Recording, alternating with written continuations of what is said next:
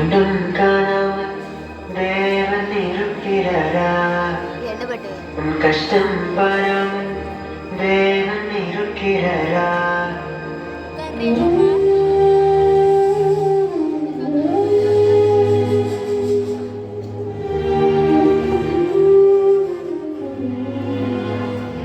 கண்ணும் காணாமல் தேவன் இருக்கிறாரா?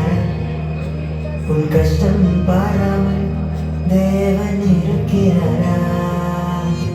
கலங்காதே, பயப்படாதே, திகையாதே. என்ன இந்த ஜான் ரொம்ப நாளா சர்ச் பக்கமே காணோம். இன்னைக்கு அவனை எப்படியாச்சும் பார்த்து சர்ச்சில் நடக்கிற யூத் மீட்டிங்க்கு கூட்டிட்டு போயிடணும். John, John. ஐயோ, டிடிவிலேருந்து பவுலெல்லாம் வந்திருக்காங்க. இப்போ என்ன பண்றது? ஜான், தம்பி ஜான், இங்க வாப்பா, கொஞ்சம் வாப்பா இங்க. அண்ணே, இந்த வாரண்ணே. என்னடா ஜான், உன்னை ரொம்ப நாளா யூத் மீட்டிங்ல பார்க்க முடியல. முந்திலாம் ஆன்லைன் ப்ரேயர்ல அட்டென்ட் பண்ணுவேன், இப்போ அங்கேயும் உன்னை காணோம். ஏன்டா? அண்ணே, நான் இந்த யூத் மீட்டிங்கு, இந்த ப்ரேயர் மீட்டிங்லாம் ஒர்த் இல்லைண்ணே. அதெல்லாம் எனக்கு தகுதி கிடையாதுண்ணே. என்னப்பா, என்னாச்சு உனக்கு? ஏன் இப்படி பேசுற?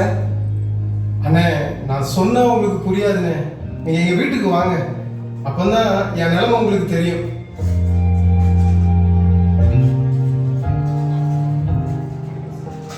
எங்க போனல பைபிளை தூக்கிக்கிட்டு பெருசா ஊரை சுத்த போயிட்டான். தெந்த சோறு.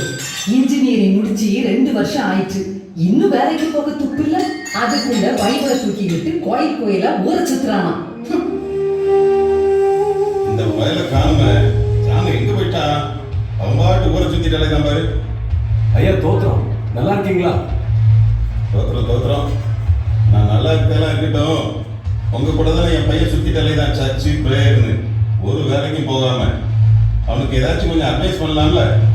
ஐயா, ஜான் ரொம்ப நல்ல பையன். சர்ச்சுக்கு வருவான், ப்ரேயர் பண்ணுவான். இவ்வளவு நல்ல பையன் எங்க கிடைப்பான்? அவளை போய் எதுக்கு திட்டுறீங்க? சர்ச்சுக்கு மட்டும் போனா போதுமா? நிலத்தை வித்து 4 வருஷம் இன்ஜினியரிங் படிக்க வச்சேன் கஷ்டப்பட்டு. ஆனா தெண்டச்சோறு ஒண்ணுக்கும் உதவாம இப்படி ஊரை சுத்திட்டு திரிகிறான். ஏதாச்சும் கொஞ்சம் புத்திமதி சொல்லுங்க.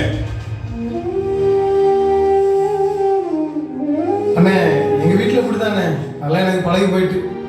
சரி ஜான், நாம கொஞ்சம் வெளியே போயிட்டு வரலாம், என் கூட வா. சரிண்ணே, வாங்க போவோம்.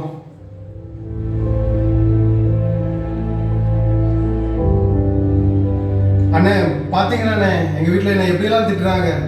சரி ஜான், கவலைப்படாத. எப்படி என்ன நான் கவலைப்படாம இருக்கேன்? நான் எல்லா இடத்துலயும் வேலைக்கு ட்ரை பண்ணிட்டேன், ஆனா எங்கேயும் வேலை கிடைக்கல. ஆனா இவங்க வார்த்தைகள் எல்லாம் என்னை பலவீனப்படுத்துது. நான் எப்படி கவலைப்படாம இருக்கேன்? ஜான், உன்னுடைய சூழ்நிலை எனக்கு புரியுதுப்பா. அண்ணே, இவங்களுடைய ஏளனமான வார்த்தைகள் என்னை ரொம்ப பலவீனப்படுத்துது. என்னால வேதத்தை எடுக்க முடியல, என்னால ஜெபிக்க முடியலன்னு செத்துடலாம் போல இருக்கு. அண்ணே, நம்ம அப்படியே அந்த பக்கமா போயிடுவோண்ணே. என் 2 ஃப்ரெண்ட்ஸ் வராங்கண்ணே, அவங்ககிட்ட மாட்டேன்னா நான் செத்தவனே. மாப்பிள, என்னடா மாப்ள? அங்க பாரு நம்ம ஜானு. அம்மா, அவன் ரொம்ப நேரம் பார்த்துட்டு தான் இருக்கேன். நமக்கு ஒரு அடிமை சிக்கிட்டா. நமக்கு ஒரு அடிமை சிக்கிட்டானே. மாப்பிள, அவனை கூடு மாப்பிள.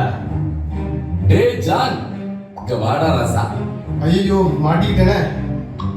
என்ன ஜான், வேலை தேடி ரொம்ப நாளா சுத்திட்டு இருந்த, வேலை கிடைச்சிச்சா? கண்டிப்பா எனக்கு தெரியும் உனக்கு வேலை கிடைக்கவே கிடைக்காது. மாப்பிள, உனக்கு ஒண்ணு தெரியுமா? சொல்லிட்டா மாப்ள. அவன் ஸ்கூல் படிக்கும் போது ஒரு பொண்ணை கூட சரியா லவ் பண்ண தெரியாது. அவனுக்கு சரியா இன்னைக்கு வரையும் தெரியாத.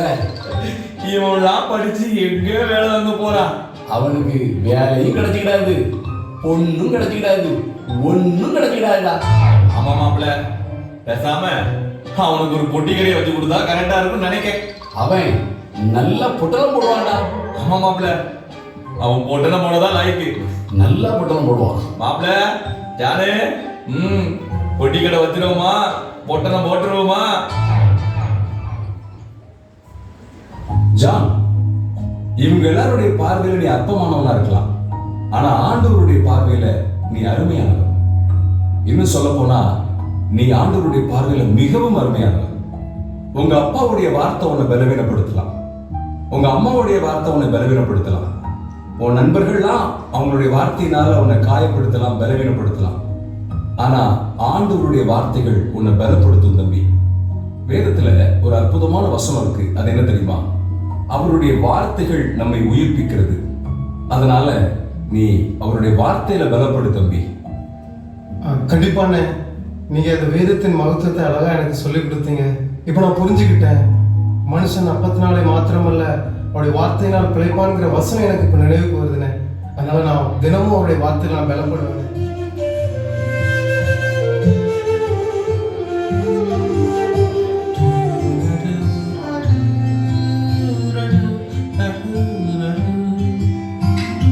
மனசின் உள்ளே ஓரோசை பேசுதோ, வாழின் கசப்பை